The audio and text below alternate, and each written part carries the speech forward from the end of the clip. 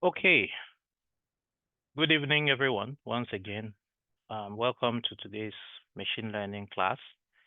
Um, we are just going to jump into it. Last Monday we looked at the origins of machine learning, and we did a bit of a look through the history, and we defined for ourselves what is AI, ML, deep learning, and so on. So today we are going to talk about machine learning life cycle, and we're going to talk about some of the tools. And I'm going to take us through some of the things that we do as part of machine learning. And then I'll also take us through how to set up some of the tools that we have in place, and how we will get ourselves ready for what we'll be doing from next week. So, yes, before I continue, I actually missed something last Monday. I think I made a kind of assumption that everyone knows who I am or who the trainer is. So I decided today just to show this slide and talk a little bit about myself before I jump into the actual class. So my name is Aniebiet Udo.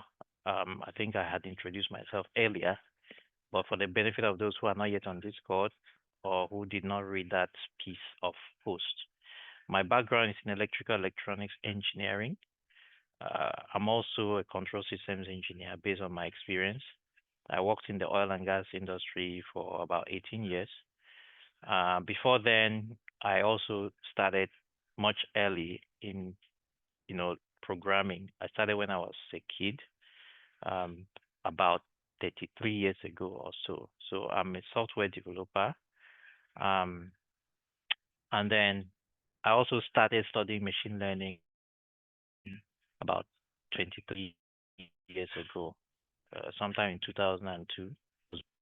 National Youth Service. By then, a lot of people didn't know what machine learning was, or people didn't even know all of that.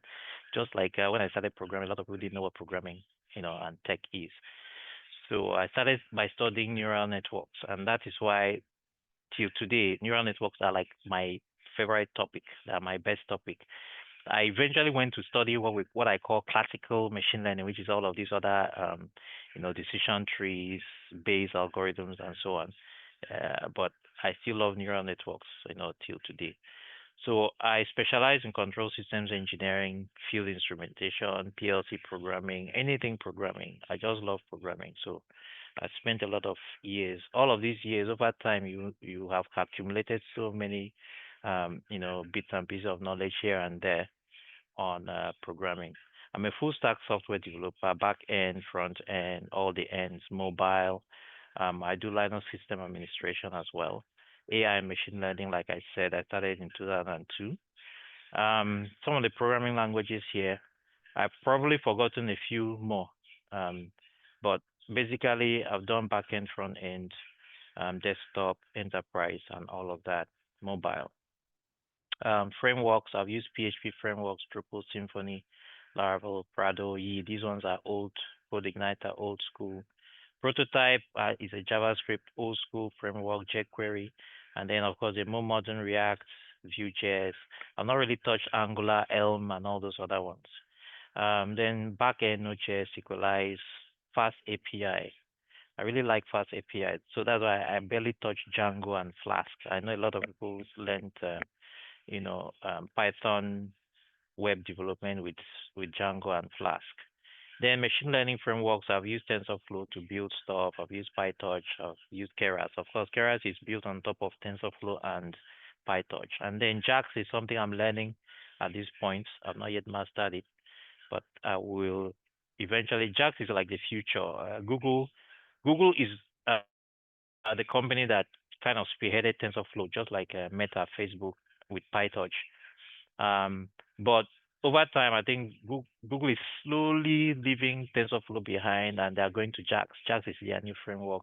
JAX is much better. So for those who have already started machine learning, I would really even, recommend looking at JAX. I'm also into embedded systems and IoT. I do DevOps as well, cloud, all of the DevOps stuff, system administration, infrastructure as code, all of the cloud, AWS, Azure, GCP. I also train in all of these things as well. So that is a quick summary about me. So now let's go into the real thing here, which is machine learning. So we are going to start off today by talking about the life cycle of machine learning, right? Okay, so machine learning, we've learned what it is, but from a definition standpoint. But as a machine learning engineer, what am I expected to do? How do I do all of the things that we talk about, training models and so on?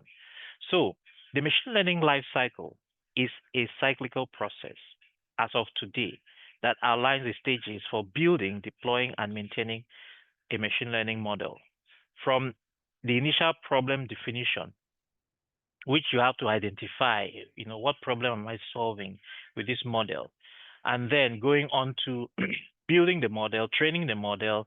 There's also design where you have to think about the architecture of the model before you talk about building and training it, and then deploying it, and then monitoring the performance. So it goes all the way, it's end to end. And when you do all of that, right, some of the key phases would include defining the problem, collecting and preparing the data. So that is where the data science aspect comes in, the data science and data analysis. Because before you can train a model, you train it on data. That's what machine learning is all about. It's about building a framework or a model. The knowledge is not in that framework. You don't infuse the knowledge into the model. Rather, the model is built empty, doesn't have any knowledge. You then pass data into that model, and it learns from the data and accumulates or acquires knowledge, over time from that data.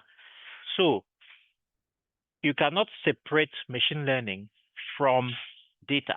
You cannot separate machine learning from big data, data management, all of the things that we do with data. So when you talk about collecting the data, which is where am I even getting this data from? What's the best way for me to collect this data, right?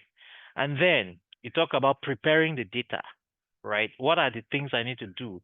The transformations or the conversions, the normalization, standardization I need to do on this data. And then encoding the data, because after you have done that, you still need to encode the data into a format that you can use as training, data, training inputs and training targets. Because machine learning models are basically floating point numbers. That's basically, well, okay, not all of them, neural networks in particular, but these other models also are numbers. In fact, they're all floating point numbers, basically. Even the random trees, Bayesian probabilistic models, all of these models are basically numbers, right? And for you to manipulate these numbers, the data that you are giving to these models to learn from have to also be in a numerical format. At the end of the day, all data needs to be converted into a numerical format. And that numerical format is used to train the model. And when you do inference, the model gives you back as a numerical format. It is you that will decode it back into numbers and letters and images and whatever, right? So that the next thing is you have to select and train, you have to select the model, choose a model architecture, what is the best architecture for me to use in this situation, and so on. And then you have to train it, you have to evaluate how well it is doing on test data. So the data you use to evaluate it is not the same as the data you use to train it, because the expectation is that it will be very good on the data that you use to train it. But you have to bring a separate, set of data for you to evaluate how well it does. And then after that, you deploy. When you deploy, then you monitor its performance. You deploy it either via an API. That's where the people who are doing AI engineering, come in. So as a matter of fact, if I have some time at the end of this session, I'm going to put up a slide that, where we are going to ask ourselves what's the difference between a machine learning engineer and an AI engineer, so that those who are in this class, I did that with the other class, but those who are in this class can also benefit from that knowledge. So, yeah. So now you deploy, monitor, and this life cycle is iterative. So that means when you have deployed and you monitor, you start the next cycle again, which is again explore, collect data based on the performance of this model, collect data again, curate the data again, transform the data, validate the data, then explore the model um, architecture, choose which model, train, evaluate the model, deploy, and you keep going. So that forms this cycle, which was borrowed from the DevOps cycle. We now call it ML ops, cycle, which it's a continuous cycle, and you use that cycle to continue to improve and refine your model over time. So it gets better and better. If you don't do that, then well, your model will just become very, you know, static. It will become stale.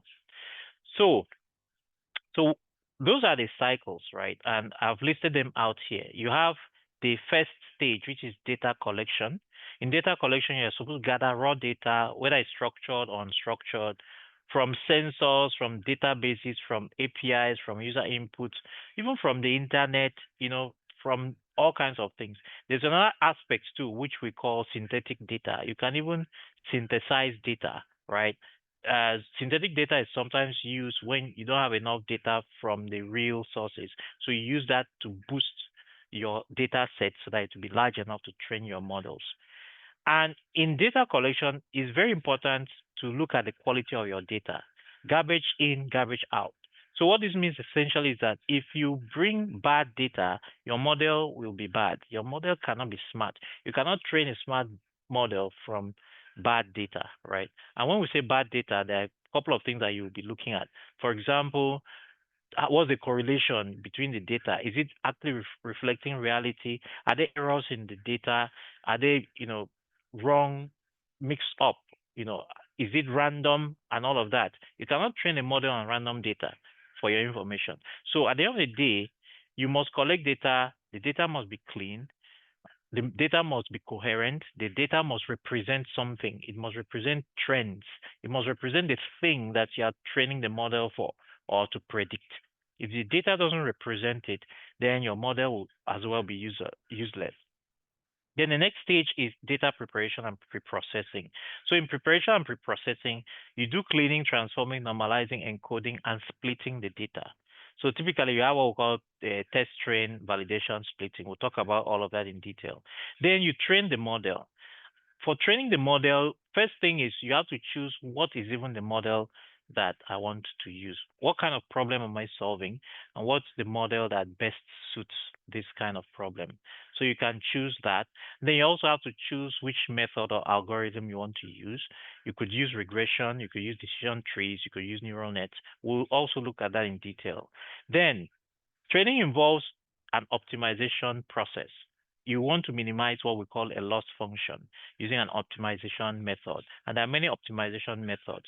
You see gradient descent and a bunch of others.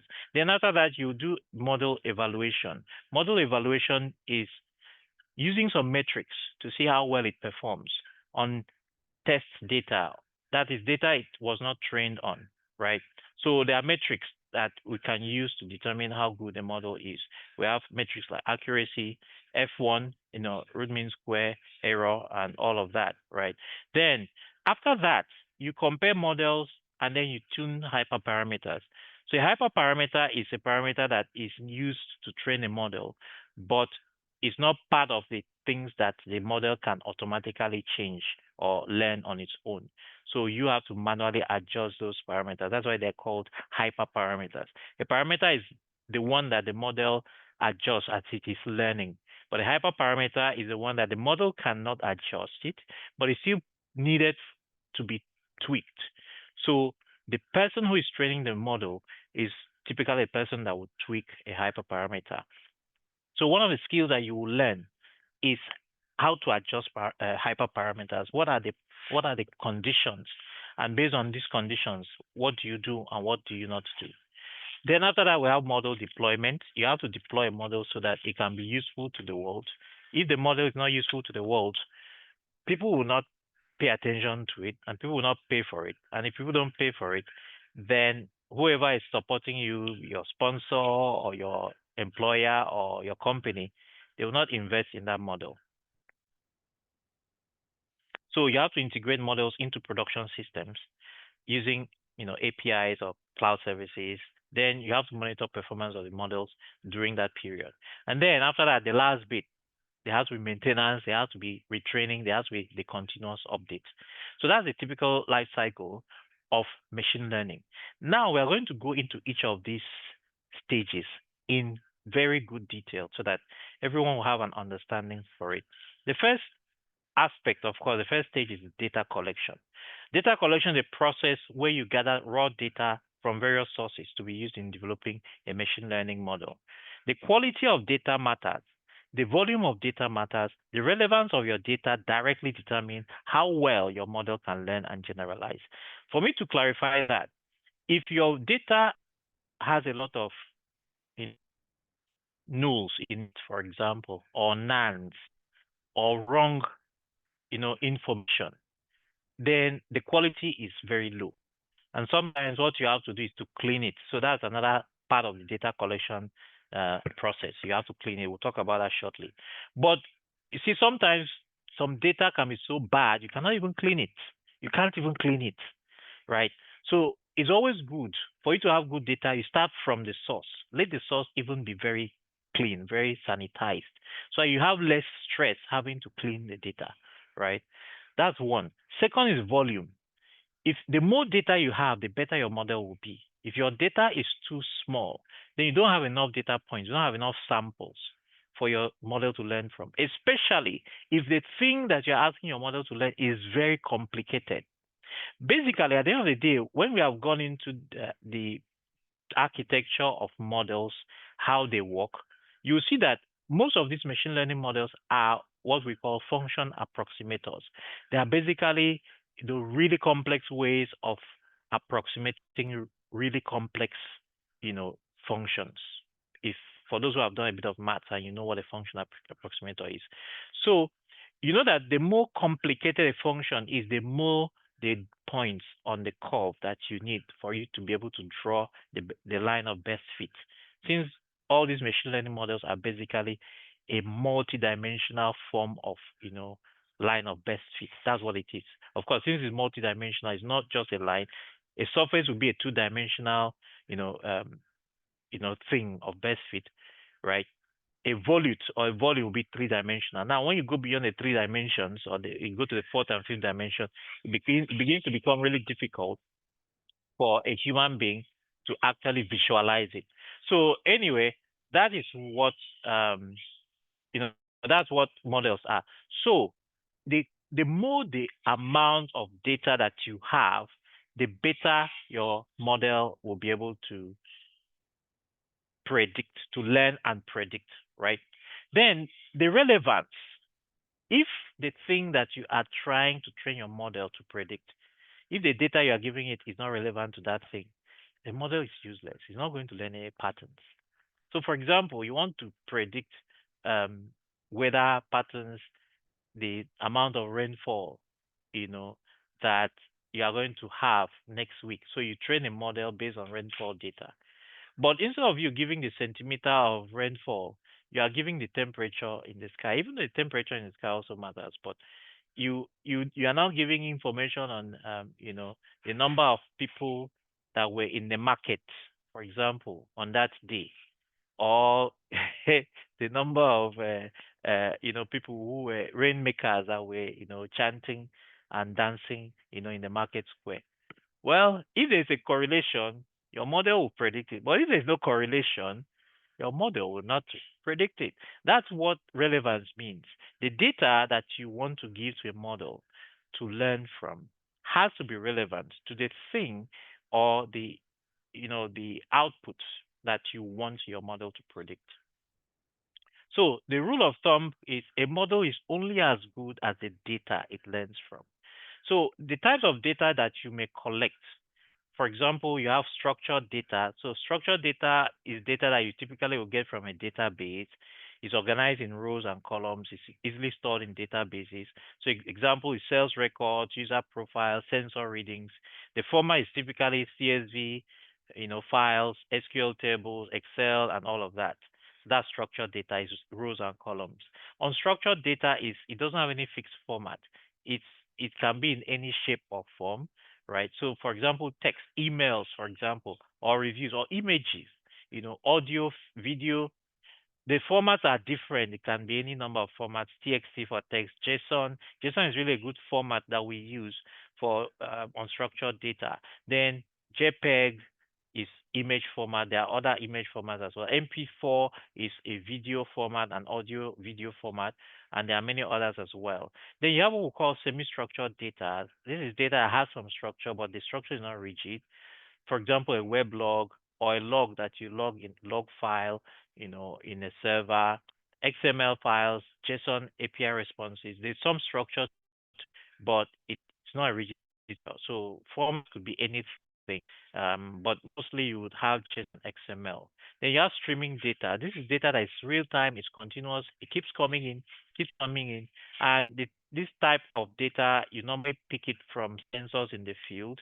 For example, IoT sensors or sensors that are sensing, for example, maybe the temperature in the environment or the speed of a windmill or anything that you are trying to pick up. Other examples, stock prices or exchange rates, those are things that keep on changing, and you may be reading it from a website that is continuously giving you updates on that data. Then you have click streams. So all of these are streaming data, and the format is normally in event stream format. It just keeps coming in. You have Kafka. Kafka is a server that is used for queuing jobs. So it's used for streaming. It's used a lot in the cloud services for streaming information, streaming data. MQTT is another example. MQTT is used a lot in IoT, for streaming data as well. So all of this data comes in, and you have to be able to collect them. Then the other thing we can talk about is the sources of the data that you are collecting. So you can get them from databases. Example, you can use SQL queries, PostgreSQL, MySQL, and other database management systems. Examples are the structured data, customer records, transactions. APIs and web services are another source of data. So you can actually call an API and pull data. For some of us who have done stuff with Kaggle, Kaggle is a good example. It has become very popular. I'm sure there are a bunch of other places too that you can pull data from. You can fetch live data as well, stock prices, and so on. Then files that are stored in the file system, CSV files, JSON, Excel, and so many others. You can use this to load data, you know, as stored in the file. So that's source of data. You even find that in a lot of situations when you are training, you're actually training from data that are stored in files. So a good example is like all of these chess engines I talked about on Monday. Most of the time, the data is stored on files that are really huge files that are in gigabytes that are zipped up, and then you have to pull in those files, you have to unzip them. So there's this whole thing about data parallelism, data pipelines when you are training models. Then web scraping. So web scraping is, like I said, you have what we call spiders. These are basically uh, applications or codes that you write that go visit different websites, and that's what a web scraper is. Or what web scraping is, you visit different websites automatically. You pull data from those websites, the ones that are publicly available, and you store them, right? And those can be used as training data. As a matter of fact, all of the LLMs that we are, using today, that we know about today, from the likes of GPT, ChatGPT, and the data they are trained on is data scraped from the internet, from the web, different websites. There are millions of websites on the internet, billions even, maybe. And these web scrapers go around and scrape data from all of those sources, and they just throw it into these large language models that they continue to learn, and they make sense, or they gather knowledge from whatever data is contained in those websites. So then user input, you as a user can, you can type in input, and those inputs can also be used for training models. So a good example are the recommendation engines that we have on all these websites, personalization and so on, the data that you collect or that you provide. Then open data sets, there are open data sets all over these days from Kaggle, which I already mentioned, UCI, Machine Learning Repository, Google has dataset search, and so on. So these are all public domain data that we use for learning, for experimentation, and trying out our different models. So those are the sources of data. Then the next would be the tools for data collection. They are kind of aligned to the way the data is stored. So if it is stored in an API, you can use your code to do fetch from API. So if you're using Python, for example, you can use the request library, request.get. It will just fetch data from there. If you're using JavaScript or any other one, there are ways fetch and so on that you can do that. The second way is database queries. So you can use some of these libraries like Pandas that you can read SQL or SQL Alchemy, or Scicop G2, right? So these allow you to load structured data from databases. Web scraping, we already talked about that. So you have tools that allow you to do that. Beautiful Soup is one of the most, popular used libraries or tools for scraping. Selenium, then you have Scrapy as well. Then stream ingestion. So the streams that come, you can have tools that allow you to ingest all that data and then store it, or even sparse it as streaming training data for an online live training, um, you know, pipeline, ML pipeline. So examples are Apache Kafka, which has been mentioned, AWS Kinesis, MQTT brokers. So these are for real-time event processing, which you will use to be training your models. File ingestion, you use Pandas to read CSV files or to read Excel files, read text files, and so on. The OS is the OS library in Python that you use to read files and read the file system.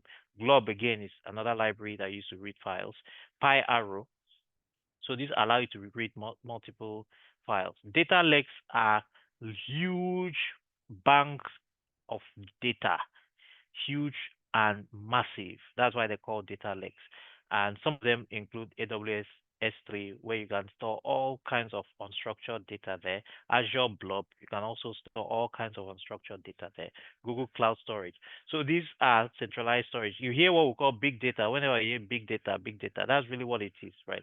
Big data is huge amounts of unstructured data in gigabytes, in terabytes, in petabytes, not even petabytes, which is a petabyte is 1,000 terabytes, right? So that is where a lot of data is stored, and you can have access to some of them, for your experimentation and training.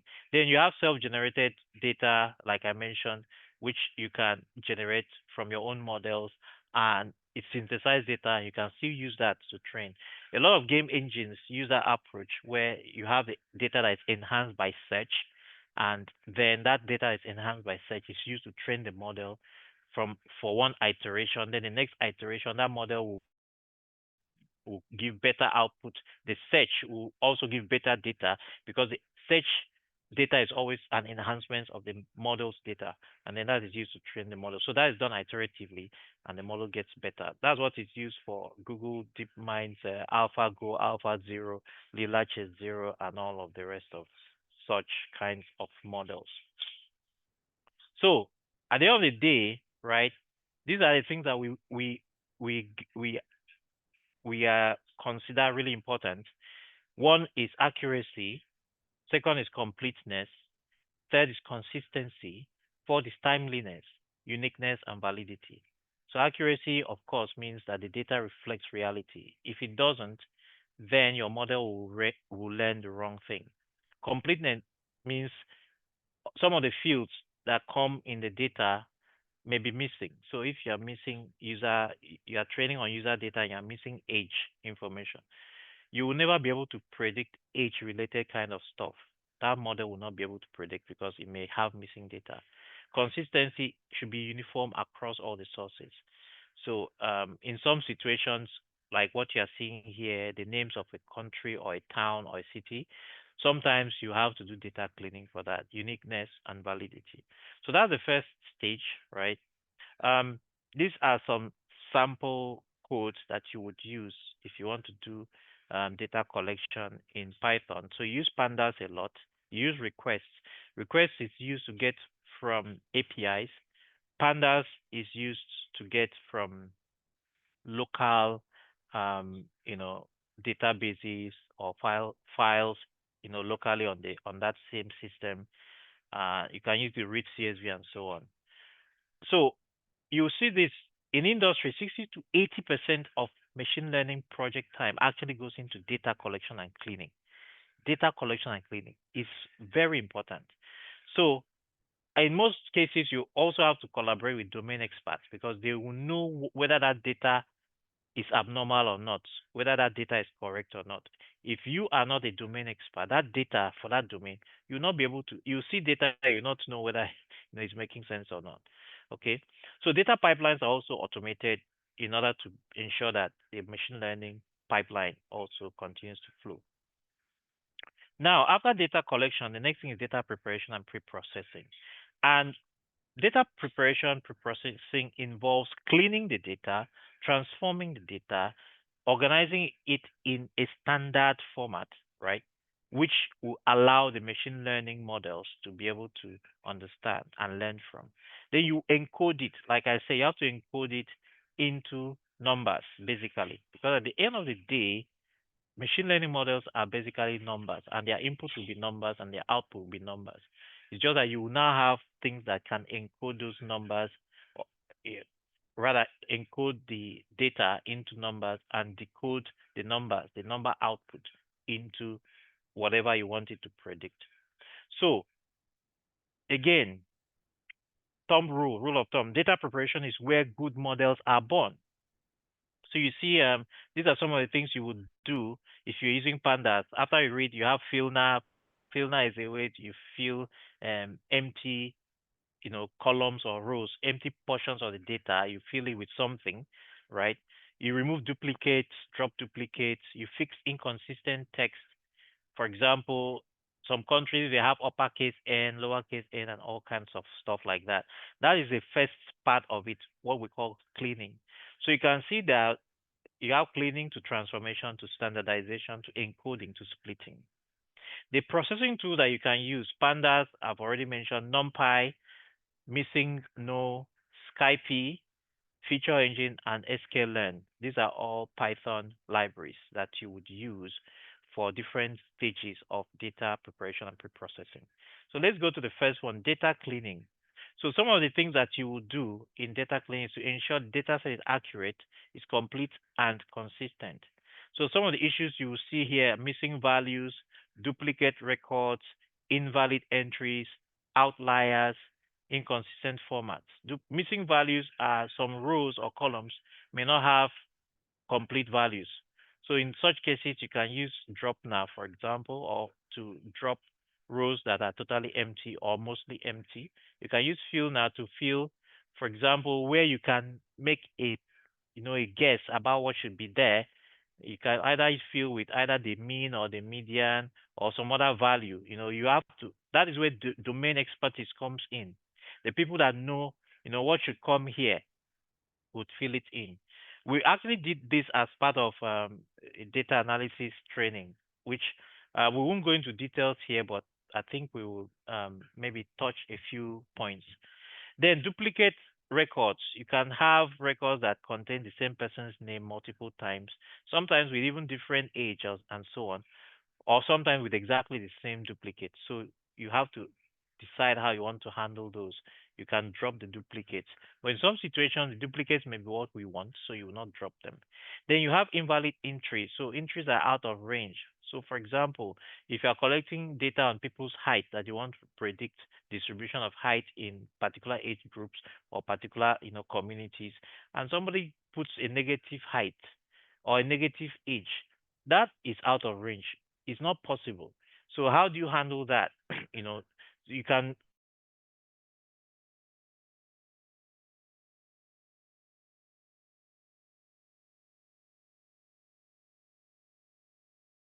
be a number format is coming in as a string. So you can do what we call casting, type casting, where you change it into the format that it should be. Then outliers are numbers that are totally not out of range, but they are kind of abnormally large or small. They are not really where they're supposed to be, right? So for those ones, how do you handle those? So a good example is Like if you have a normal data set and the people's income is in the range of maybe 10 to 50,000, dollars per annum, and then you see somebody that has a $1 million. Yes, it's not wrong data, right? It's not wrong and it is not out of range, but it is an outlier. So sometimes outliers can skew your learning. So you have to think about how you handle outliers. In inconsistent formats, sometimes some will be capitalized, some will not be capitalized. Sometimes you have a different way of formatting the same data.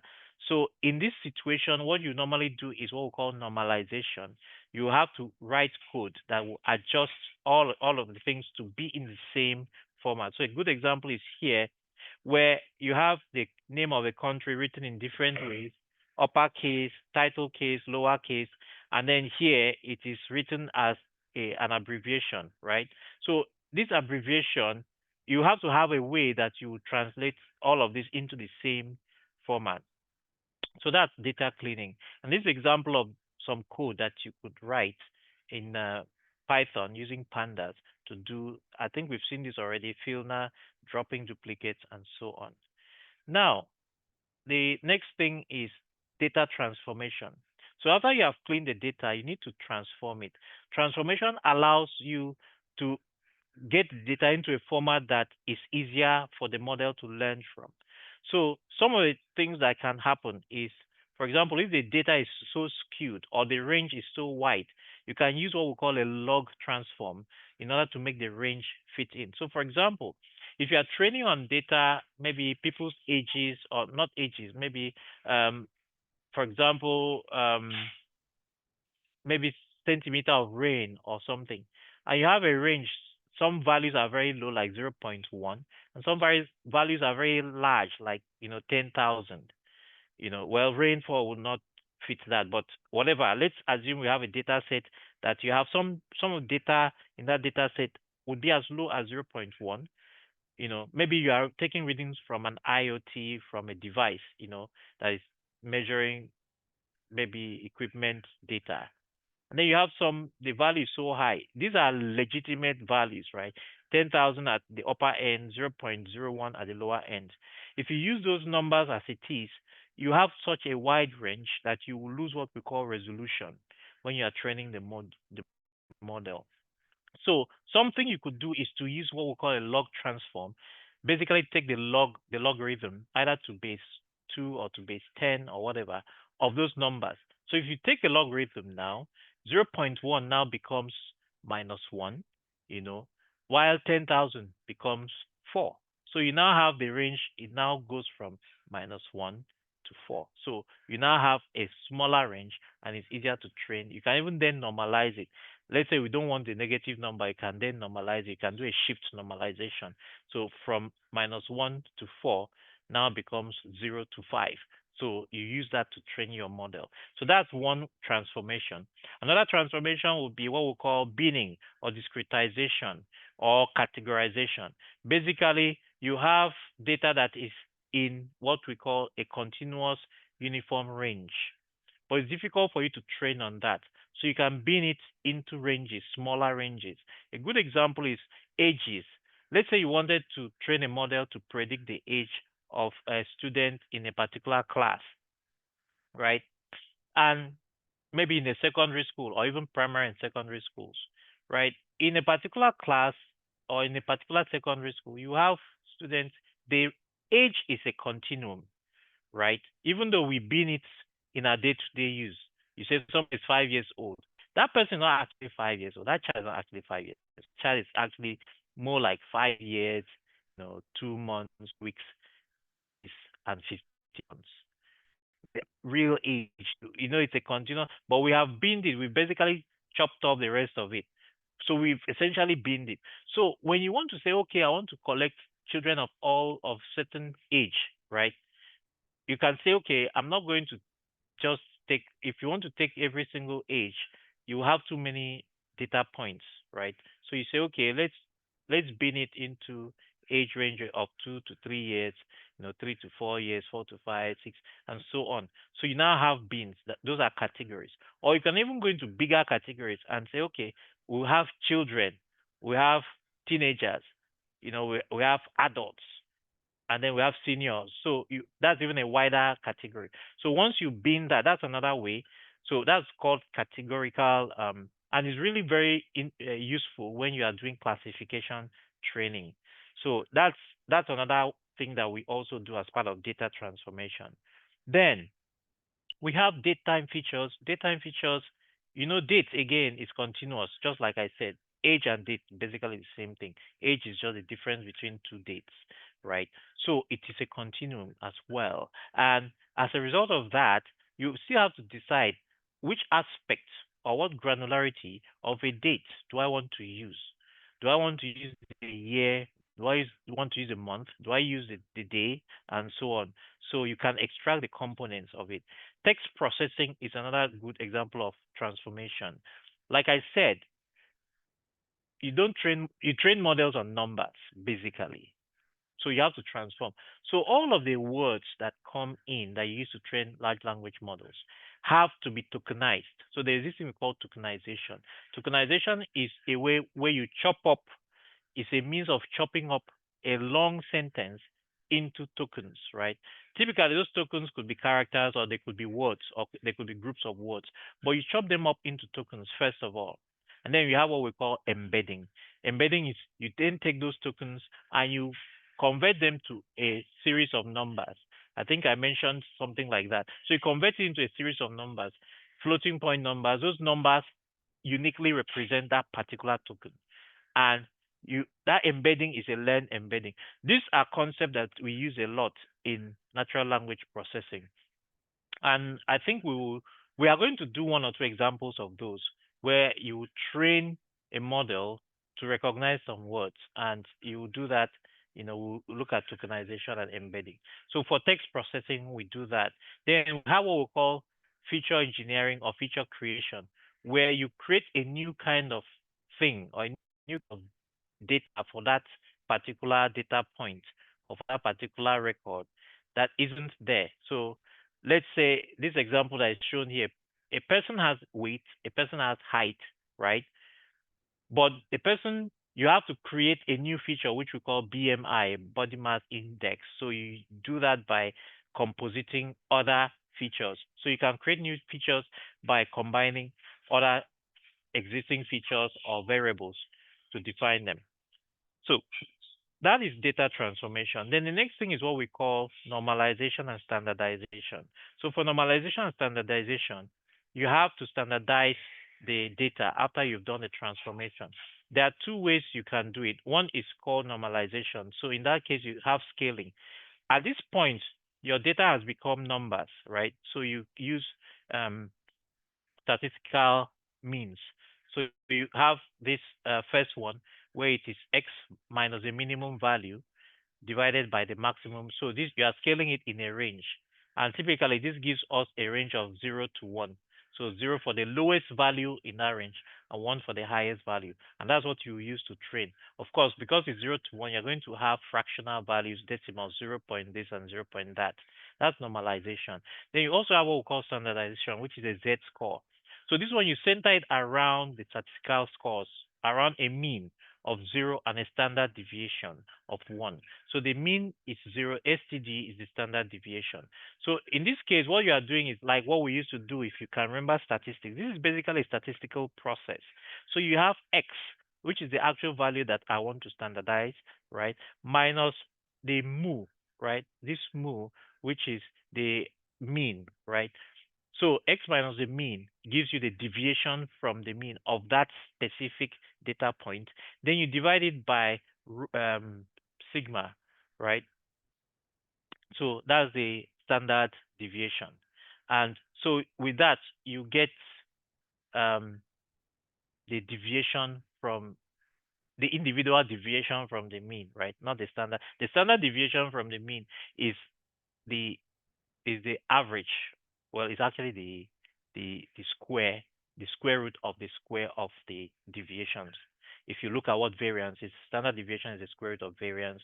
Variance is the square of the sum of the squares of the deviations. So those are statistical things which we can look at later on. So those are the two ways that you adjust the data into a range. If you don't adjust the data, all of your data into this range, it will be difficult for your model to converge. It's something you call convergence of your model. So most of the time, these models, especially when it comes to neural networks and other kinds of model architecture or approaches, if you do not, you hear what we call exploding and vanishing gradients and all kinds of things, right? So normalization and standardization is a way to help with that. So we also have functions. sklearn is a library that is a Python library that really helps with training and learning. That's why it's called sklearn. We're going to use it to do a few things. So when to use normalization, you use normalization for algorithms based on distance. So for example, k nearest neighbor is a good place to use normalization. Um, stochastic support vector machine rather is what you use for you also use normalization for those. Then standardization you use it for linear models and for neural networks. Even though I've actually seen places where we use max min max, what we call batch normalization or and so on. So we'll talk about all of that. Then the other thing you would do after you have done the standardization and normalization, the next stage is encoding. You encode categorical variables. So the normalization has to be for numeric variables, right? But for variables that are categorical, like we said, you group them into categories. You have to encode them. So what you do is you will decide what those categories are. You give labels to those categories or numbers to those categories, and then each category will be mapped to those numbers, right? So you have two ways. You have what we call label encoding. Label encoding is you give each category an ordinal, a position, basically, ordinal data. So low, for example, will be 0, medium will be 1, high will be 2. So all your categories, if you have 10 categories, you have 10 labels from 0 to 9, right? And so on. That's one way. The second approach is what we call one-hot encoding. So in one-hot encoding, you actually have a situation where that specific category is given a value 1 and every other category is given 0. That's a one-hot encoding. So that's easier for neural networks to handle. So red, for example, if the order is red being the first digit, blue being the second digit, and green being the third digit, then you are going to have, when it is red, then the first encoding will be 100 because red is the first digit and that is the one that is active. Then blue will be 010 because blue is the second digit and that's the one that's active. Green will be 001 and so on and so forth. So that's how we do one-hot encoding. So these are some of the ways that you would encode categorical variables to become numbers. Remember, I said at the end of the day, everything needs to be converted to numbers. It's the numbers that go into the ML models, and the ML models will train on the numbers.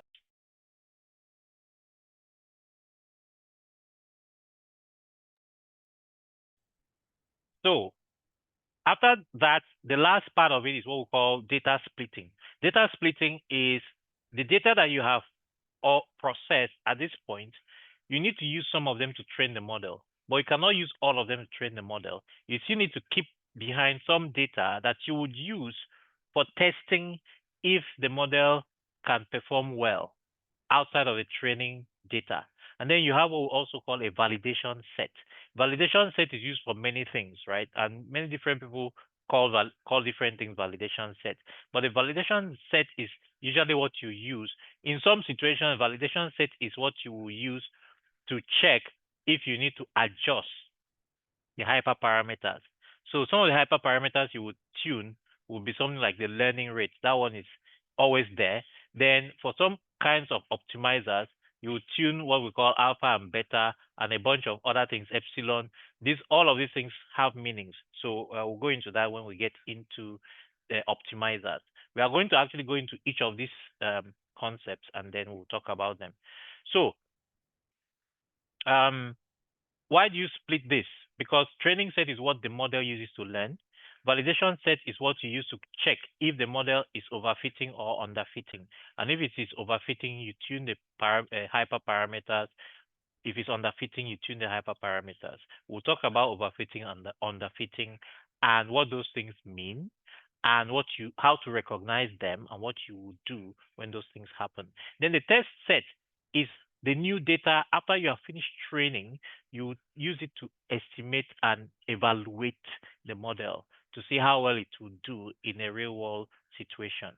So never use test data for training or validation because if you do, you have already trained the model on it, so it's going to perform well on it. So it's not giving you a true reflection of the model's capability. Okay. All right. So this is a good example of code that you would use for data splitting. Like I said, if you look at this, typically you would have 70%, a higher proportion, a very high proportion will be used for training. And in most cases, the proportion used for test and validation will be very small.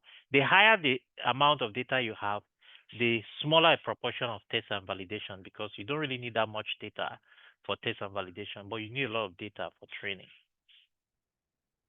So these are some of the tools that you would use for the data preparation and pre-processing. We talked about that already. So for cleaning, you use pandas, numpy, missing no, right? For data inspection and correction. For transformation, you still use pandas. You saw some code examples, Skippy and feature engine, especially for feature derivation and transformation.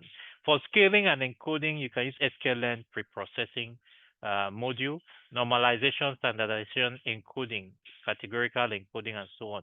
For splitting, you can use model selection and test train. There's sklearn has something they call test train, split.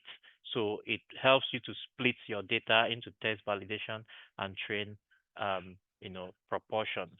Then automation of the entire pipeline, data pipeline. sklearn allows you to automate that, so you don't have to do it manually. After that, we now go into model training. This is the meat of the matter. When people say machine learning, people always think it's really the model training. For myself, that's like where I started, right? But we also have to know how to process the data. The data pipeline is very important. So when you want to train a model, the training is the process of teaching the algorithm that you have created by giving it data, right? It learns the patterns from that data. So it involves four things. First, you have to select a suitable algorithm for the problem type. So you need to ask yourself, what problem am I solving? What's the best kind of algorithm or model architecture or model type that I can use? The second thing is you then feed it with training data, right? Which has already been pre-processed. Then, as you feed it with training data, that training data is either labeled or unlabeled, depending on what approach you want to use. At the end of each epoch, what we call an epoch is a single training cycle where you use a single batch of data and you train. The next epoch, you use another batch of data. Well, there are different definitions of epoch anyway. So sometimes you can define an epoch as a particular number of cycles that you want to train with the same batch of data or with different batches of data. So at the end of that, you measure the error. The error is measured by what we call a loss function. A loss function determines, how far away is the model's prediction from the training data that you gave to it or the test data. What's the difference? And it's normally expressed in it's a number. It's a decimal number, either a single number or multiple numbers that look at different things. So when you measure the error, the next thing you do is you optimize the parameters. So the parameters are the things that store the knowledge. Like I said, I used the term weight before. Parameter is a more generic term, and you hear about it a lot. But in neural networks, parameter and weight are basically the same thing. Okay, parameter is more generic because in neural networks you have weights and biases. So both weights and biases are parameters. So you normally do something to adjust those parameters to minimize the error, right? So there are algorithms that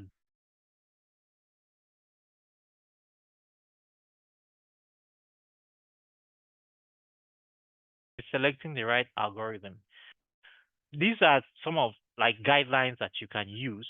So if we are doing regression, for example, you want to predict continuous values, you're going to use linear regression method. You can use random forest. You can use random forest regressor, or you can use neural networks.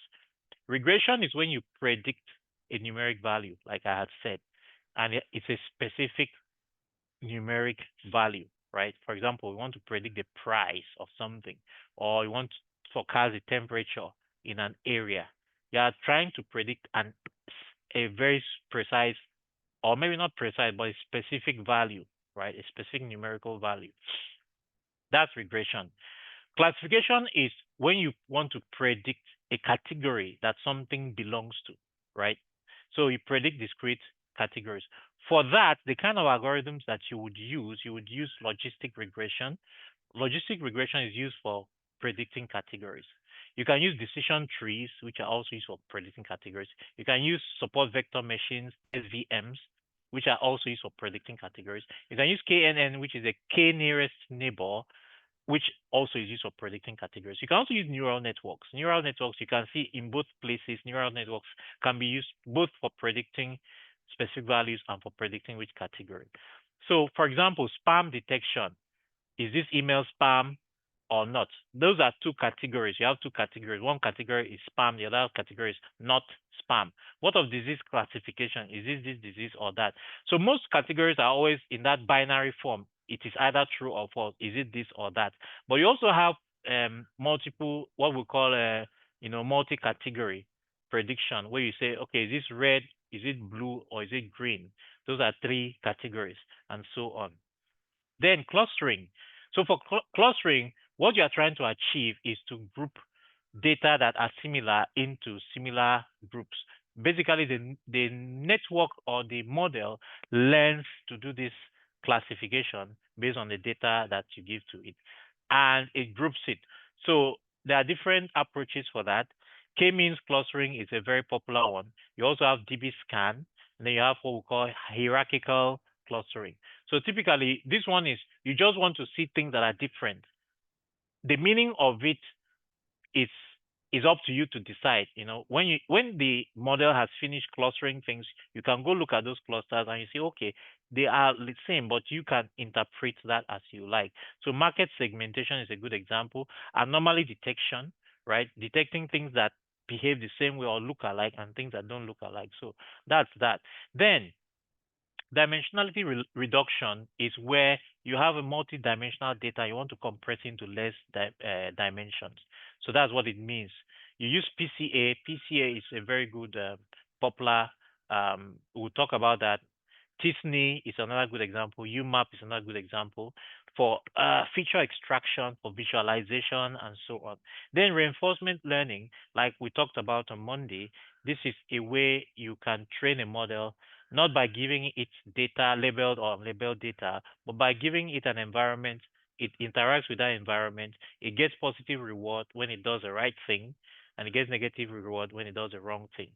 So the example algorithms you use there, you have what we call the Q learning, and you have a deep Q network, a DQN, which is basically a neural network that uses a Q learning approach.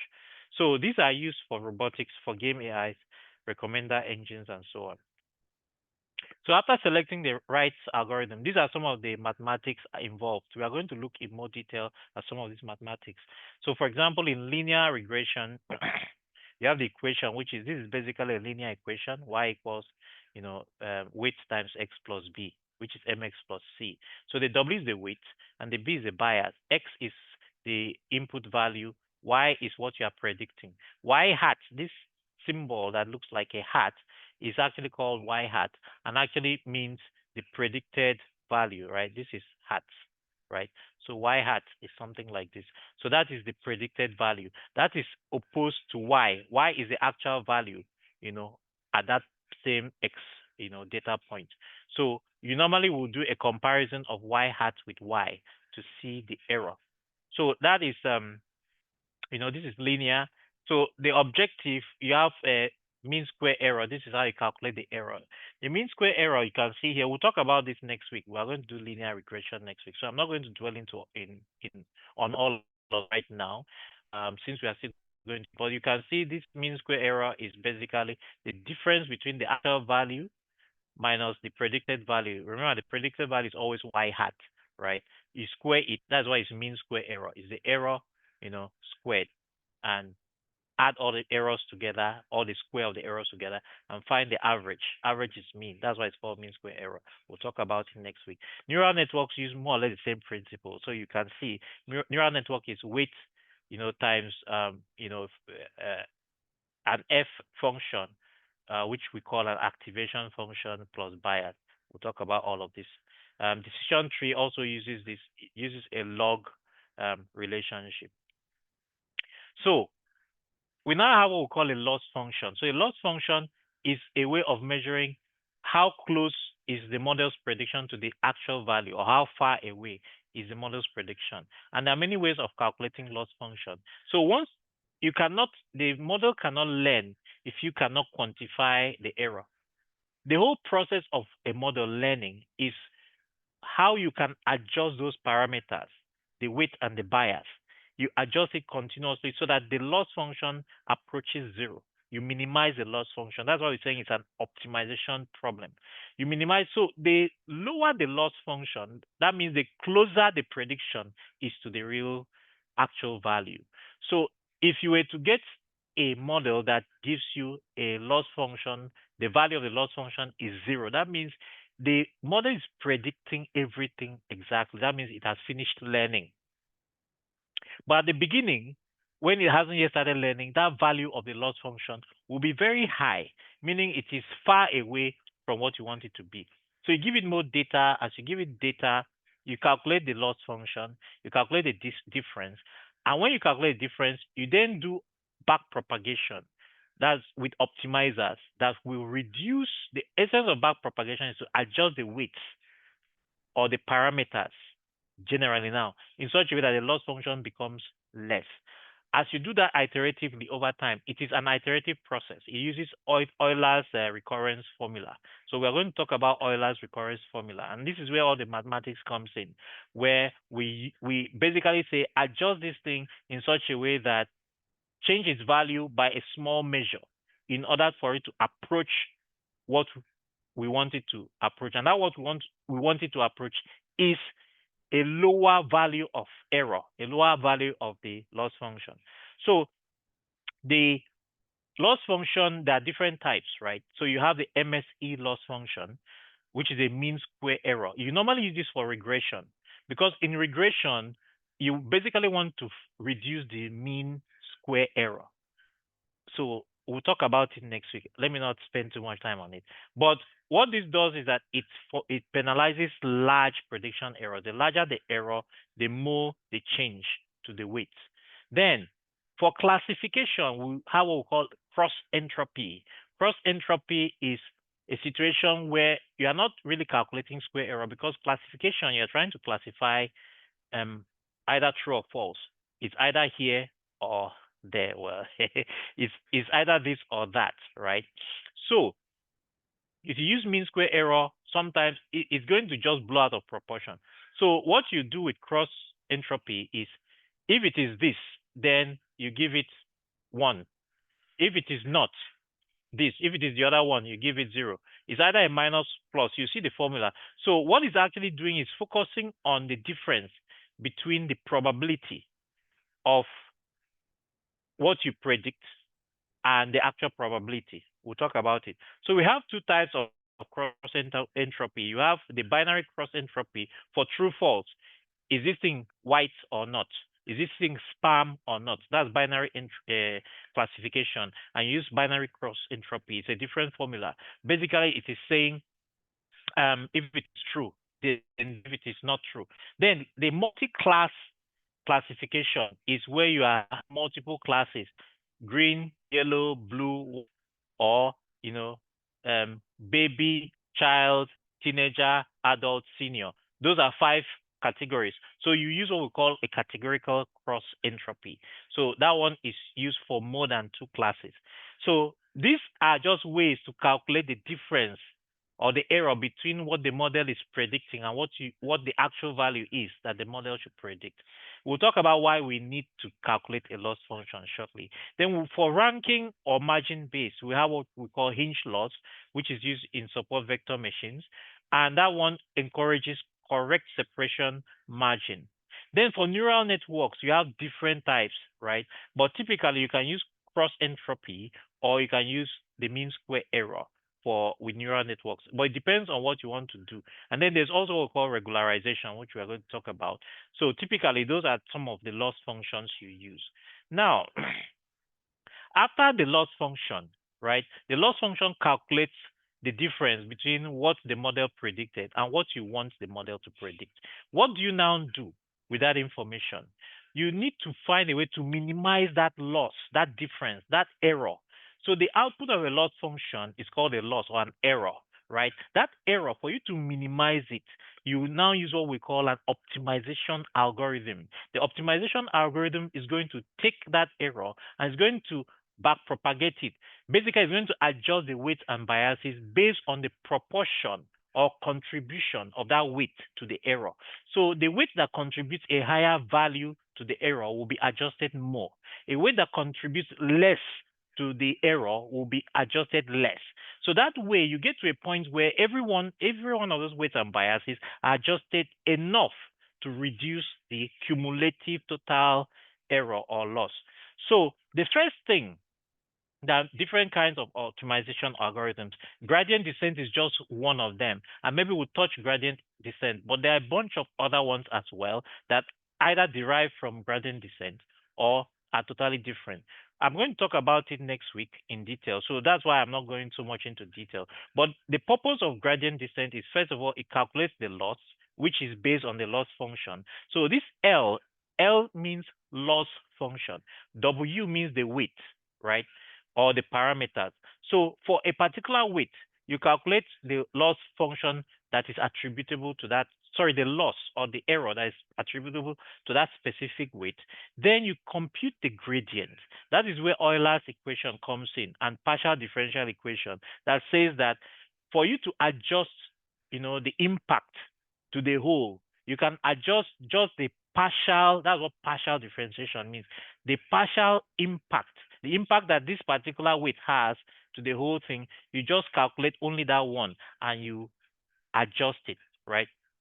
So that's number two. You compute the gradient, which is a gradient is essentially the rate of change, or to put it in this context, the amount of impact that this particular weight has to the total loss, right?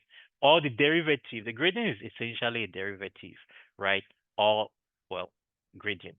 So each parameter has its own that is calculated. And then with that, it tells us the direction of steepest ascent. The direction of steepest ascent is a concept, we visualize with gradient descent, which is saying that you have to always go down to the lowest point, right? So when you identify the direction of steepest ascent, is saying which one is giving us the highest, difference. Why is this thing the error so far from what it should actually predict? Okay, and then you go in the opposite direction and you update the weight in the opposite direction, and that's the Euler's equation. So this thing you are seeing here is actually the Euler's equation. This W new equals W old minus nu is the learning rate, which is how fast do we want it to learn. The LDW is the gradient, which is the gradient of the loss function with respect to this particular weight. So this is maths, right? And I don't want you to be put off by this maths, because at the end of the day, that's the essence of all of this TensorFlow, PyTorch. They are going to do this math for you. So even if you don't understand the math or how it's derived, right? Don't get put off. They will do it for you, but at least just understand the concept. But the main thing is that this second part of it, the new delta L over delta W, is the gradient. That is the component of this weight that affects the overall error. Okay. So that's what this is. It's just a formula, right? We'll look at it in more detail next week. So there are different variants of gradient descent. You have batch gradient descent. You have stochastic gradient descent. The SGD, the stochastic gradient descent is what is used a lot these days. Then you have mini batch gradient descent. Then you have other adaptive methods like the ADAM and the RMS prop. We'll talk about all of this. So some of this is the batch gradient descent is you are going to use all the data at the same time to train, to calculate your loss, and then to do the back propagation. It's stable, but it's slow because of the large amounts of data that is always involved. Stochastic gradient descent is you pick a sample of the batch, what we call a mini batch or a sub batch, and then you train on that. You calculate the loss based on a smaller sample of the batch. You update the weights. And then the next time you take another sample of the batch and you keep going. It's fast, but it's noisy because you're not training on all the data at the same time. Then you have what we call mini batch using smaller, much smaller batches. These are used in neural networks as well. Then adaptive learning is the learning rate is adjusted automatically by the optimizer itself. We'll go into optimizers in much detail, especially when we go into neural networks. Then after this is done, the optimization, we now look at things like um, you know, well, these are some of the concepts that we'll talk about. Epoch is full pass through the training data, you know, batch size is the number of samples per gradient update. Iteration is one update step per batch. So you do one update. Learning rate is the step size when you are doing gradient descent. Overfitting is when the model begins to memorize data because the model, is not seeing enough data. So it's basically just storing the data instead of generalizing. We'll talk about that more in detail. Underfitting is when the model cannot capture the knowledge in the data because the data is too complex for the model. In other words, the model is too small. The model is inadequate to capture the information in the data. So after the training, you have to do evaluation. So you can evaluate using a validation set which you use to know if it is overfitting or underfitting, and then you tune the hyperparameters. Then the test set is after you have finished training the model, then you use that one to check to see how well the model is doing. And some of the metrics that you will use when you're evaluating a model is regression, MSE. We already talked about MSE, which is in mean square error. Then R squared, which is a square of the rank correlation coefficient. Then classification, you use for classification, training, you use accuracy, you use precision, recall, F1, and then you use ROC and AUC. So we will drill down into all of these things, so don't worry. This is just to, give you to whet your appetite so that you know that you at least you know what you need to know. So the next class you come ready to learn it. These are some of the tools that we use. So we use scikit-learn. Scikit-learn is really good, especially for the classical machine learning algorithms, for regression, for classification, for clustering. We're going to use it next week, right? Scikit-learn are not really strong for neural networks because neural networks are really heavy. For those ones, you go and talk about the likes of, TensorFlow, PyTorch, and the rest. But you can still use TensorFlow and PyTorch to do all of this classical ML, but I think it's easier for us to use scikit-learn. Then PyTorch has dynamic computation graphs, flexibility, deep learning. You use it for deep learning research. TensorFlow, Keras, same thing with PyTorch. You can use it for deployment in large scale, in production, and so on. JAX is for research. It's new, like I said, and it's very high performance because the people have learned a lot from all the years of things like TensorFlow and PyTorch, and they have implemented or applied those learnings in order to get a much better training framework. So these are the summary, for model training. When you talk about model training, so we talk about algorithm selection. We talk about defining the loss function. That's what we just went through now, the steps. So for your training, and this is where everyone needs to really focus on. Everything else is not really you, right? You are a machine learning engineer. You should know how to train models, even though we can also talk about deployment and evaluation. but you do need to learn how to train it. So the first thing you have to know how to do is which algorithm, select the algorithm. You need to define which loss function you will use for that task. Then you need to define which optimizer that you will use. So all of this is knowledge you need to have. Then you now set up your training loop. You write your code runs and does the training, and then after you do evaluation. And that is model training. After model training, the next thing is evaluation. So evaluation measures how accurately, reliably, and fairly, a machine learning model performs on unseen data. That is data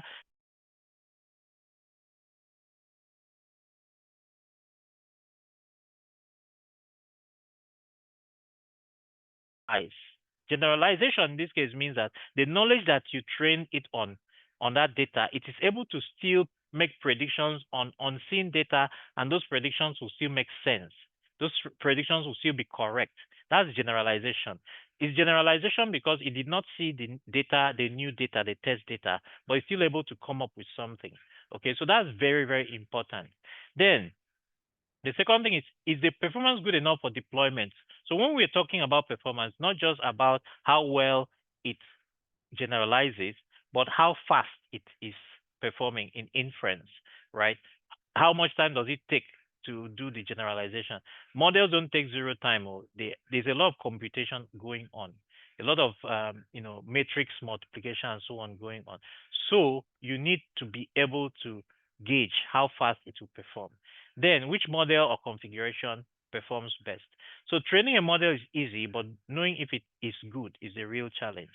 So these are some of the things you can do, right?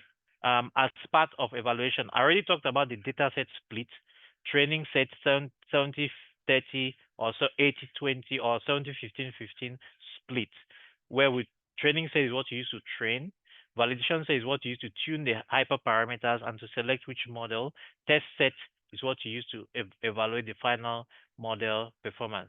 Also, there are alternatives, what we call a k-fold validation, where you can use to train and evaluate multiple subsets, much faster.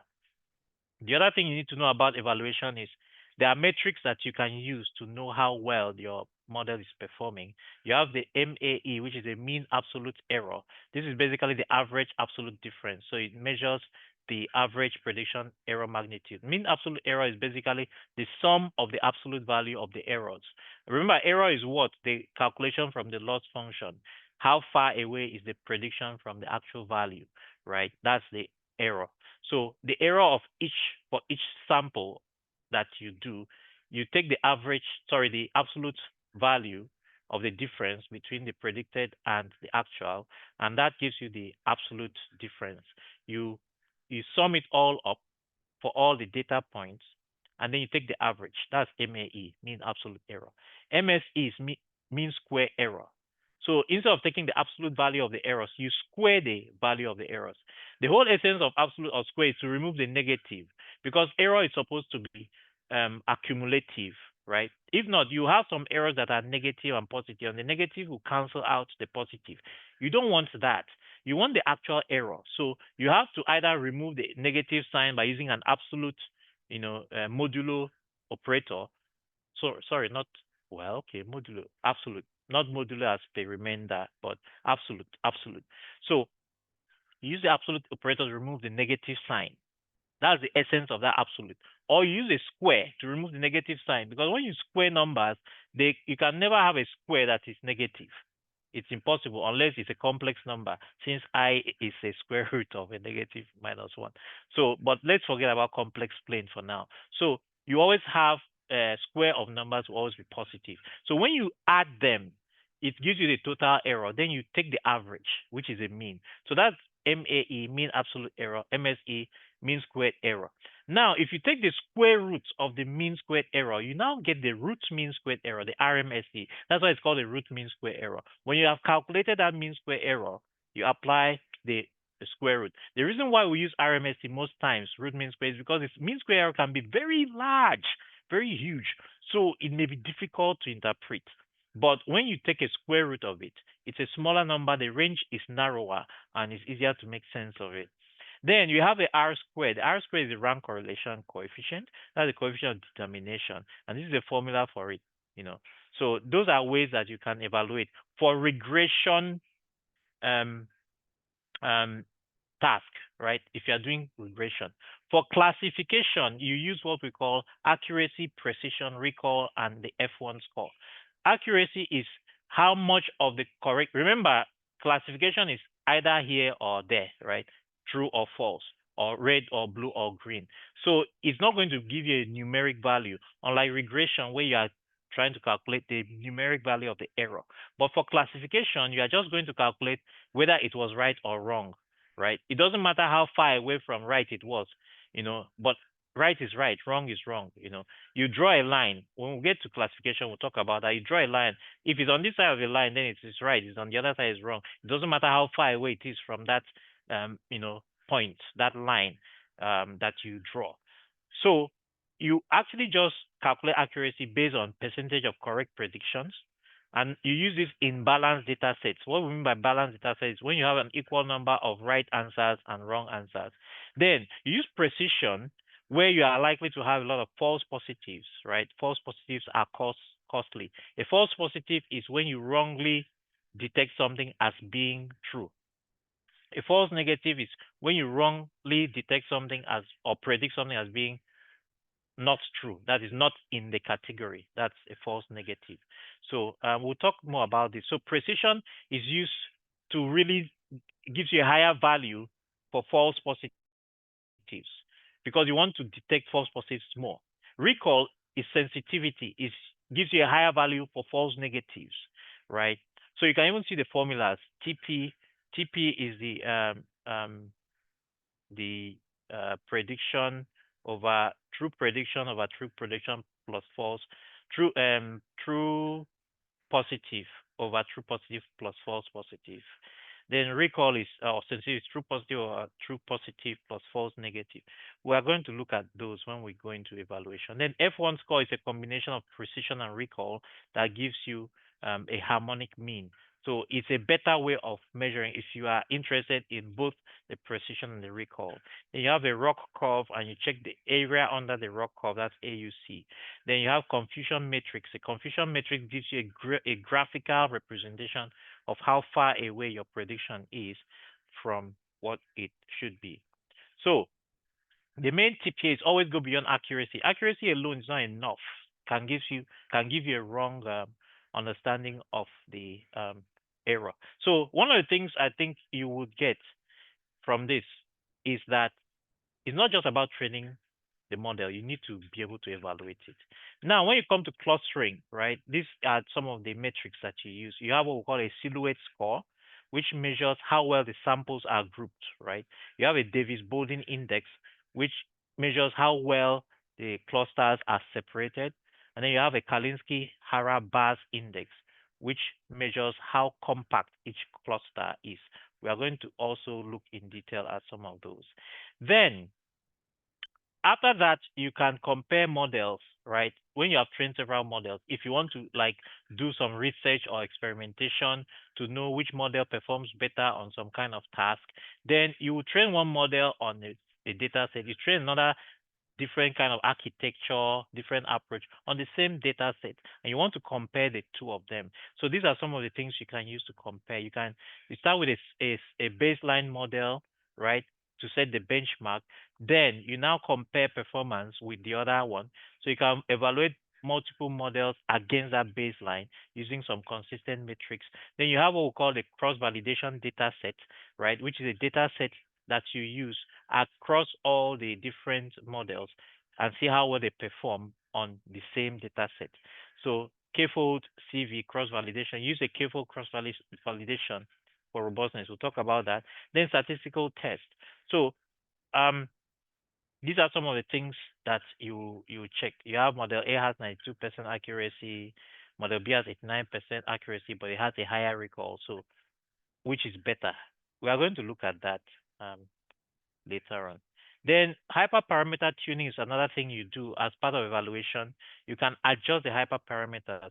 Some of the hyperparameters, like I mentioned, are things like the learning rate and the other parameters that the optimizers would use, batch size and things like that. So some of the things that you would do, manual tuning, you can try different settings by hand. That's one way of tuning hyperparameters, which is what we'll do most of the time because you need to understand how the hyperparameter affects the ability of the model to learn and the ability of the model to match the actual value with its own predicted value. So you can do it by hand. But there are other ways, like if you need to do a lot of stuff, right? Tuning hyperparameters by hand can be very burdensome. So you can use grid search. Grid search is a way where you just generate a whole bunch of hyperparameters in a grid, and you try all different combinations and permutations of those hyperparameters in training models, and then you come and evaluate each of those models based on the combination of hyperparameters that you use to train that model. So that's grid search. There are libraries that do that automatically. You just give it the model, you give it a set of hyperparameters, and it does the rest. Then you have random search. So random search is when you don't really know the range of hyperparameters to do. Grid search means you actually know, or you try all, right? But random search is it just it basically randomly tries different hyperparameters, and we'll talk about that. Bayesian optimization is intelligent search based on past results, and then you have AutoML. AutoML is a really good tool where you can just give it models. You can even find models on its own. All right. After you have done that, you can visualize your evaluation results, and visualization is plotting graphs. So you have learning curve that you can plot. You have ROC curve, you have confusion matrix, heat map, and some of the tools that you can use include matplotlib. Um, you can use sklearn. You can even use TensorFlow has TensorBoard and so many other tools that plot all of these charts that you can use to evaluate or visualize the performance. So this is the summary of evaluation. You split the data, you train multiple models, you evaluate each model, you tune hyperparameters, and then you can select the best model. And there are different ways to do that. We are going to look at this in detail. Then finally, I just want to jump through this. Like I said, model deployment. After you train the model, you have to deploy it. And there are many different ways, right? One way is to package it. So you have to be able to store the model in such a way that you can move it from one server where you are training it or from your laptop where you are training it into a server, and the model will still remain the same. You don't lose it. So you have JobLib, you have Pickle, you have Touch.save, you have TensorFlow saved model. In fact, these days you have what we call Onyx. Onyx is a standard that machine learning, community has come up with where you can save models in such a way. But that one saves the structure of the model, the actual weights and hyperparameters. Well, it does save both hyperparameters and model structure. Then after that, you can serve the model. So if you have a server, you can write, API endpoints around the model using Fast API, Flask, Django, TensorFlow serving. So that allows out people who, users to access that model and be able to use it. Then you have integration where you can integrate it with front ends, back databases, business apps, and so on. You can use REST, gRPC, message queues, monitoring and maintenance to be able to track and the model performance, retrain. So you have things like Prometheus. These are now DevOps kind of stuff. That's why we call them ML ops, right? So if you want to go into that, you can do that as well. But it's probably going to be a separate set of people that will be handling this. While, but it's good to learn it anyway. Prometheus, ML Flow, and so on. Um, you package the model, serialize the model so it can be reloaded. So I mentioned that already. So you can use scikit-learn, JobLib in scikit-learn. PyTorch has torch.save. You can load state dict. TensorFlow has model.save. So these are all ways to save it. I talked about Onyx already. Onyx is a unified cross-framework format. So you can save it and you can load it. And I think all of these guys here also support Onyx. So Onyx allows you to export models in a cross-platform for framework format. Then to serve the model, you can do your endpoints, run it locally with UVCon or something. This is assuming you are using Python. And we're going to use Python for this class anyway, so everyone will end up learning Python if you didn't. This is just a sample code, that basically does this. It uses pandas. It takes the data into a pandas data frame, and then it passes the data frame straight into the model, and model that, predict. See how simple it is. But we'll look at this. Then you also have cloud native deployment where you can take your models and you can deploy them on platforms like AWS, Azure, Google Cloud, Hugging Face, and all of these places. They will host the model for you. You plug it in. They will even do an API around the model for you. And then the good thing with this cloud, environments is that they can do auto scaling. The DevOps power of this cloud things come in. You can scale it to 1,000 people, 1,000,000 people, or one person. Depending on the need. You can include pipelines. You can include what we call a model registry where you store your models, and then drift monitoring to monitor if the model is drifting in terms of its accuracy and its performance metrics. Then Google Cloud even allows you to train models and serve them, monitor models, and so on. Then Hugging Face has a place where you can store, where you can access public models. And Render and Heroku allows quick proof of concept. There are a bunch of others. DigitalOcean, in fact, almost all cloud providers give you machine learning model capabilities that allow you to train the models. DigitalOcean even has it as well, what we call a model space. But one thing you have to understand with this, some of these or most of them, is there is a cost to it. You actually have to pay some money for these services, even though they give you a free tier where perhaps you can access some of these services for a short while, but after some time you have to pay for it. So you have to be careful about that. Then the other way you can deploy is you can containerize your model in a Docker container and make it available. These are again things that DevOps people will do. You may not need to worry about it, but if you want to learn, that's cool. Then model monitoring, we talked about that already. You can use Prometheus, Grafana, Elasticsearch, for system health, for logs, for model performance, including accuracy, F1, the RMS, root mean square error, and so on. You know, you, you have all of these tools, MLflow, Neptune.ai. Then data drift is distribution of new data versus training data. As you are training it, new data comes. How good is it in predicting from the new data? So you can check that drift, and you can take the new data and continue to improve the model by training it on new data. Yeah. So this is detecting drift. We can go into details on all of this. I'm just running through this because we are out of time. But you can compare feature statistics between training and production data. You can monitor prediction confidence. If it starts dropping, you can retrain. So that's the whole essence of drift. Drift is to detect if the model is losing its knowledge because the new data, you train it on old data, new data is coming in, and you're not training it on the new data in real time. So you continue to assess it against new data. If it's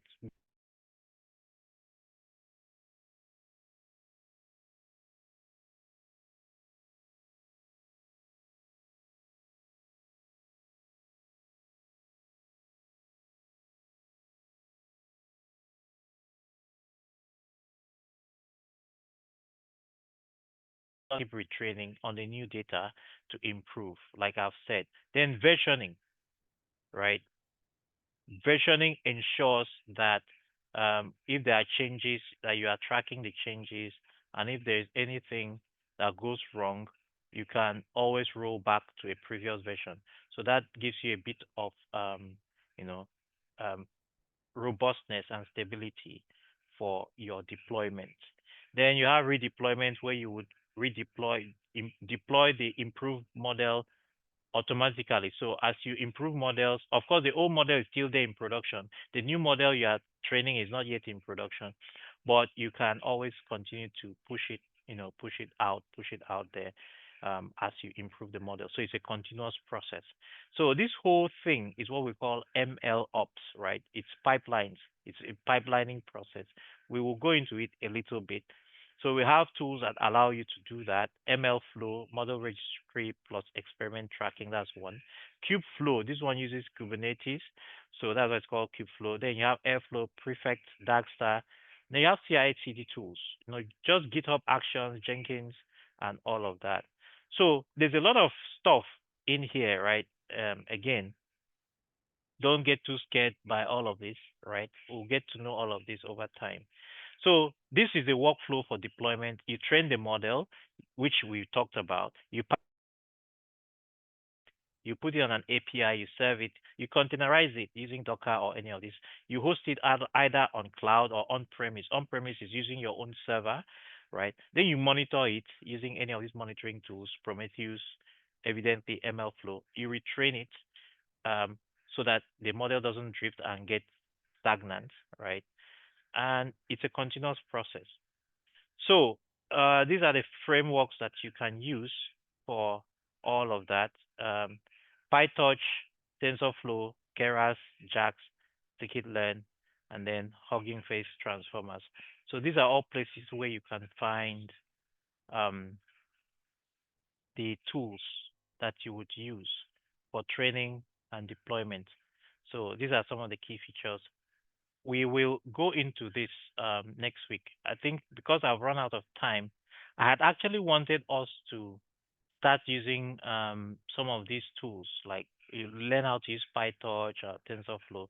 But we will start next week, and I'm going to run us through some of those tools. Yeah, so over the weekend, I'm going to encourage everyone to set up. This is what we will be using. Primarily, we are going to use Jupyter notebooks. The Jupyter notebooks will run on Google Colab, right? So again, like I say, if you don't have a Google account, ensure you get one. The Jupyter notebooks are good because you can run them locally on your laptop using the Jupyter notebook environment, or you can also, upload them into your Google Drive and run them using Google Colab. So we will do a bunch of that from next week when we start doing the real hands-on of regression and classification. Kaggle also allows you to run notebooks, right? Kaggle has a free GPUs. So I think one of the things I would like us to do is to look at how we can access GPU, right? Right? So it's it's very very key. If you don't have GPUs, your training will be so slow you'll get tired. So we'll need to figure out how we can have access to that, right? Yeah, the built-in libraries, TensorFlow, PyTorch, yes, those come with Kaggle. They also come with Google Colab, so you don't need to install them locally on your laptop. Um, then we have the local and custom setup. Yes, you can use VS Code. I can see the question. But the thing with VS Code is, of course, you're running it locally on your computer. By the way, you can actually use VS Code to run Jupyter notebooks as well. VS Code has a Jupyter notebook extension which you can use. But with VS Code, remember you have to install your libraries. You have to install the TensorFlow yourself or the PyTorch.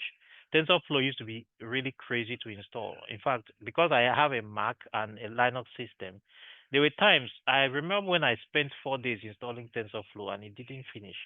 So I don't know how it is now. I think it's probably better these days. Um, but we probably may end up using PyTorch, which is much easier to install. You'll find that it's going to take a long time to install it, but we will do it so that everyone has the experience of it. So that if you go somewhere and maybe you have a job or a gig or a role, and they say, okay, install TensorFlow and set it up, you should be able to do that. Install PyTorch and set it up, you should be able to do that. So that's a local setup you can have locally. But remember, one of the advice that's given to us is always use an isolated environment. Use a VM, a virtual environment, or use Conda. Don't install it on your machine because of versioning issues, version clashes. When you are installing machine learning tools on your laptop, it's always because of the amount of time it takes to install and the vast amount of libraries and modules and packages that you install. It's always good to have a an environment for it so that you don't disrupt that environment when you are doing some other things and you end up installing a different version. Because, for example, if like right now, TensorFlow, there's certain the latest version of TensorFlow, if you are using Python 3.12 or so, it won't run. So imagine if you had installed TensorFlow and then you went and upgraded your Python version in your environment to 3.12. You now start having a lot of problems. So that's why it's always good to have isolated environments, especially for machine learning, workloads. So then reproducibility is very important. If you are training one model and then in between when you want to do experiment and you want to train another model and you have changed version of some things, it might become very difficult. So always use requirements of text to ensure that all your packages and modules and everything are the same version, or use PyProject.toml, which means you're using poetry. Okay. And with that, there's one last thing I want to do. So let me bring this up because it didn't show up initially. Yes, let me talk about this. What's the difference between an AI engineer and ML engineer? So everyone in this call, if you are doing ML call, you're going to be an ML engineer. An AI engineer is an artificial intelligence engineer. It's focused on using the work that you do and bring it to the end user. Basically, an AI engineer is the person that will take your model that you train and use them to build products, deploy them, build products, and make them available to the end user. So the AI engineer is going to integrate ML models into larger systems like voice assistants, chatbot, and all of that. It's going to build and deploy the APIs and user-facing applications, going to ensure that your AI system scales reliably and often works with pre-trained models. So an AI engineer will not really train models from scratch. They can use pre-trained models, they can fine-tune the pre-trained models, or they can fine-tune the prompts for large language models, right? That's an AI engineer. But an ML engineer is the one that does the statistical and algorithmic aspects of training models. You're going to design and build and scale models, data preprocessing, feature engineering, model optimization, all of the things we just talked about.